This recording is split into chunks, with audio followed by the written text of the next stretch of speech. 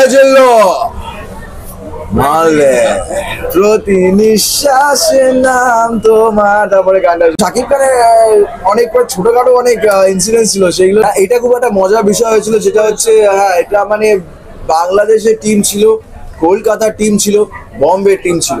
তো এটা পুরো একটা মানে এরকম মিলেমিশে খুব বড় কাজটা হয়েছে। প্রথম ব্যাপারটা পুরো 2-3 দিন খুব ঘেটে গেছিল।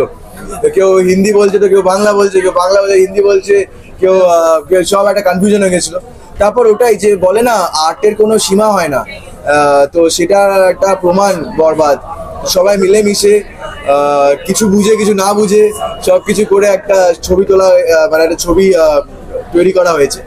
তো তো আমাদেরও মানে যখন বম্বেতে গেছিলাম, ইদিকা, যিশুদা, মানে এদেরকে সবাই পেয়ে, বাঙালি যারা ছিল সবাইকে পেয়ে মনে হয়েছিল ভারী কাউকে পেয়ে গেছে, যেহেতু অনেক দিনের শুটিং সব ছিল, 17 দিন 21 দিন সব এরকম লটে সব হয়েছে শুটিং। সো খুব আড্ডা মেরেছি, খুব মজা করেছি, খাওয়া দাওয়া করেছি।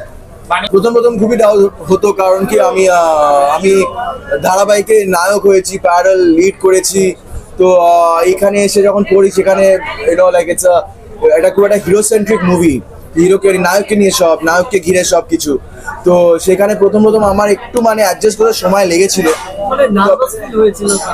নার্ভাসনেস তো একটা আলাদা জায়গা ছিল, বলেইছিলাম। তবে শুটিং আমি অ্যাক্টিং করি, এটাই কাজ। নার্ভাস ফিল করলেও ওটাকে একটা মানে সেট করা একটা অনেক পদ্ধতি আছে, ওইগুলো করছি 2-3 বছর ধরে এখন।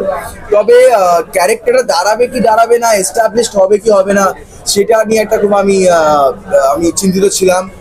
আর আমি হৃদয় ভাইকে সেটা জানিয়েছিলাম কি স্যার এটা এরকম ভাবে করো, স্যার দাঁড়াবে তো, ঠিক আছে তো। তো তারপরে একটা পয়েন্টে মানে উনি আমায় বোঝান, তারপরে এটা ভরসা রেখেছিলাম। তো বলে না মানে খালি ডিরেক্টরই জানে পুরো বিষয়টা কি হচ্ছে, সেই ভরসাটা তারপর রেখে আমি এগিয়ে যাই। আর তারপর আপনাদের ভালোবাসায় পুরো ব্যাপারটা মানে দাঁড়িয়ে গেছে, এস্টাবলিশড হয়ে গেছে, আর উপরওয়ালার আশীর্বাদে।